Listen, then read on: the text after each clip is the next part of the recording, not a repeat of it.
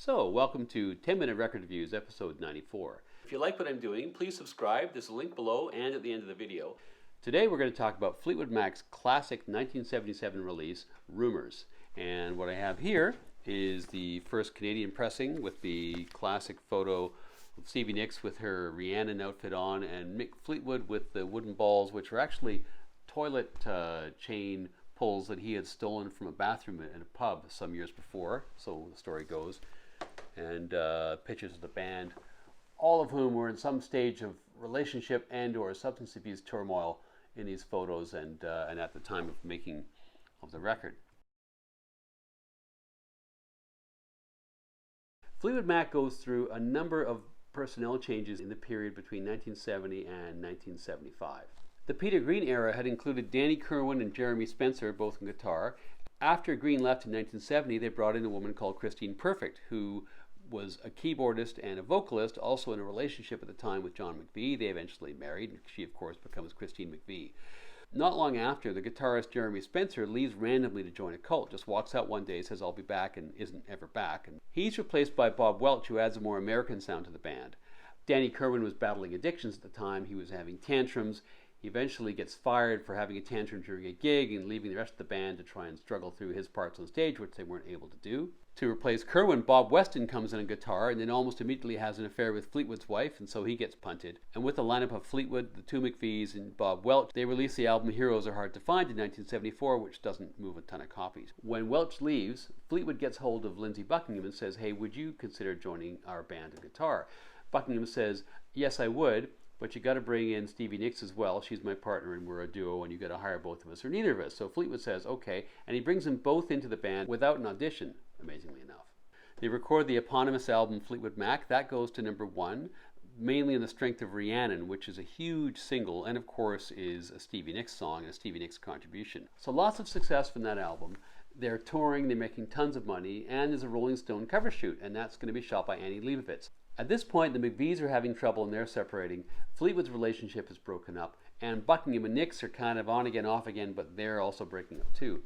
So Leibovitz's concept is to have all 5 of the members in bed at the same time.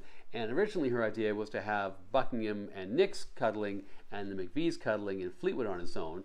But the two couples who had just split up, not surprisingly, said, "No, thank you very much." So what you end up with is John McVie on his own reading Playboy, Lindsey Buckingham and Christine McVie cuddling, and Mick Fleetwood and Stevie Nicks cuddling. This apparently is the genesis of the affair which Nicks and Fleetwood would have about a year later. More immediately, though, it apparently re-sparked the relationship between Buckingham and Nicks, at least for a day or two, because after the photo shoot, they stayed on the bed, and eventually Leibovitz had to come in and say, "You know, I only rented this room for 2 hours." So when it comes time to record their follow-up album, which was going to be Rumours, the band is in all kinds of emotional turmoil. Everybody's been through a big breakup in recent years, and there have been some affairs within the band.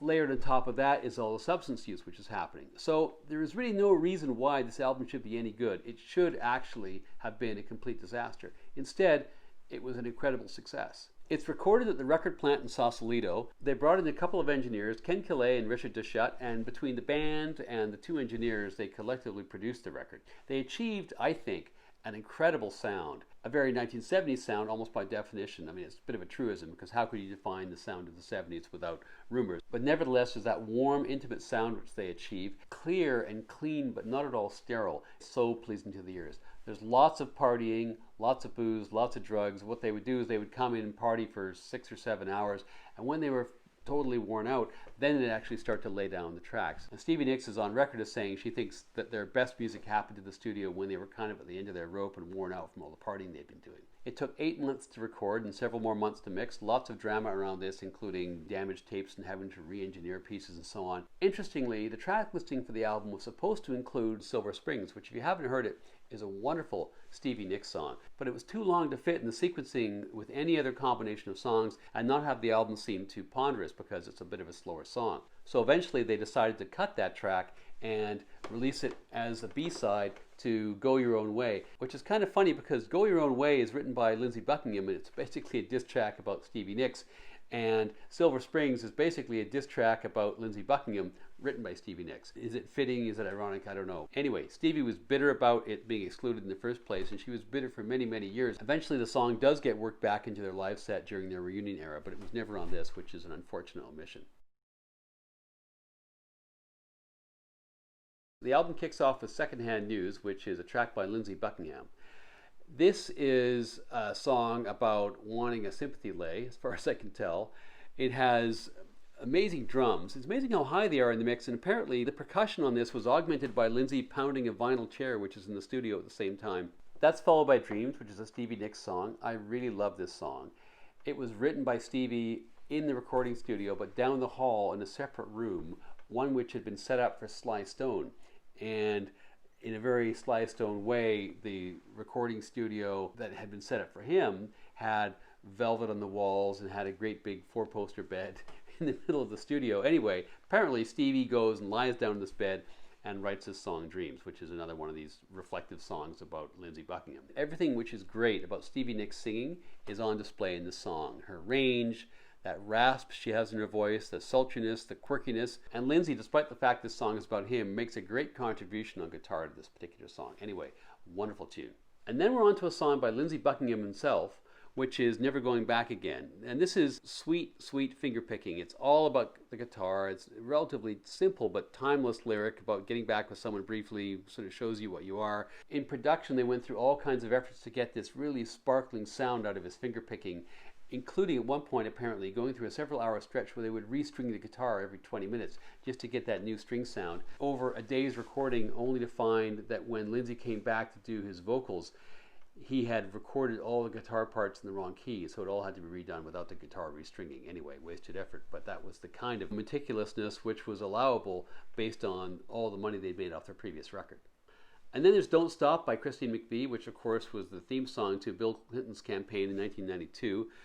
Lindsey, who apparently helped out writing the lyrics, also does some singing on this. Super upbeat music, super upbeat lyric, perky if not that profound, but I'd be hard-pressed to say this is anything other than a catchy song.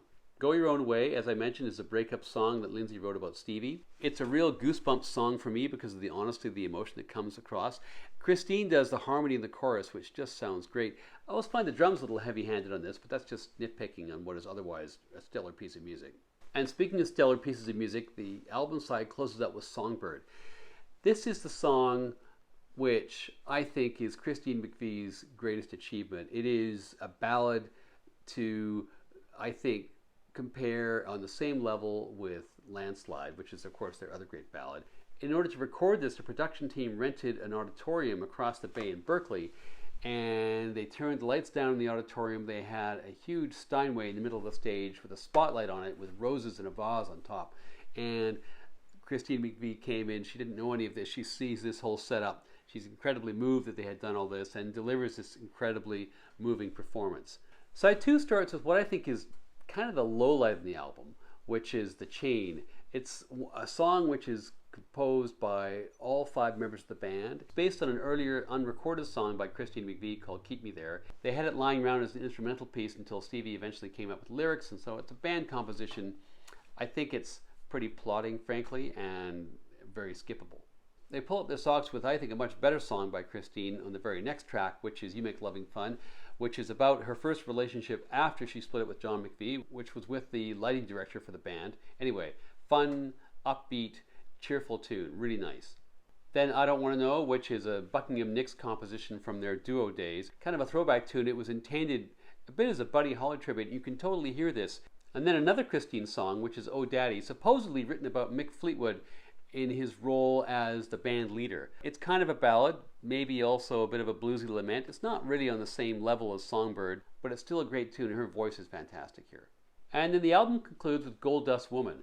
This is, what'd you call this? Well, they're great drug songs. This is a great anti-drug song. Cocaine at this point had been having its way with the band and largely with the nasal passages of most 1970s musicians. Stevie herself had developed an addiction and had been struggling with it, and this is somewhat autobiographical in nature, although the lyrics are a little bit obtuse. It's one of those great Stevie kind of witchy-poo vocal deliveries, a little bit harsh at times, and yet I think that kind of suits the subject matter. you have been through, at the end of the two sides, an emotional tour of the band's personal lives, a real tour de force in terms of production, in terms of musicianship, in terms of songwriting, peak which this band would never really ascend again and which few bands have ever ascended. If you wanted to nitpick, you could say it's a bit self-indulgent. There's a lot of emotional navel-gazing on here. It also has a few weak links, but in general you could probably have released any song, even the weaker tracks from this album, as a single and have had that song chart, which is a pretty remarkable thing to say about any collection of 12 songs. So 5 out of 5 for me. Wonderful record, worth revisiting time and time again, and an amazing achievement for a bunch of people who, as I said at the outset of the review, really had no right to expect this would be any good at all.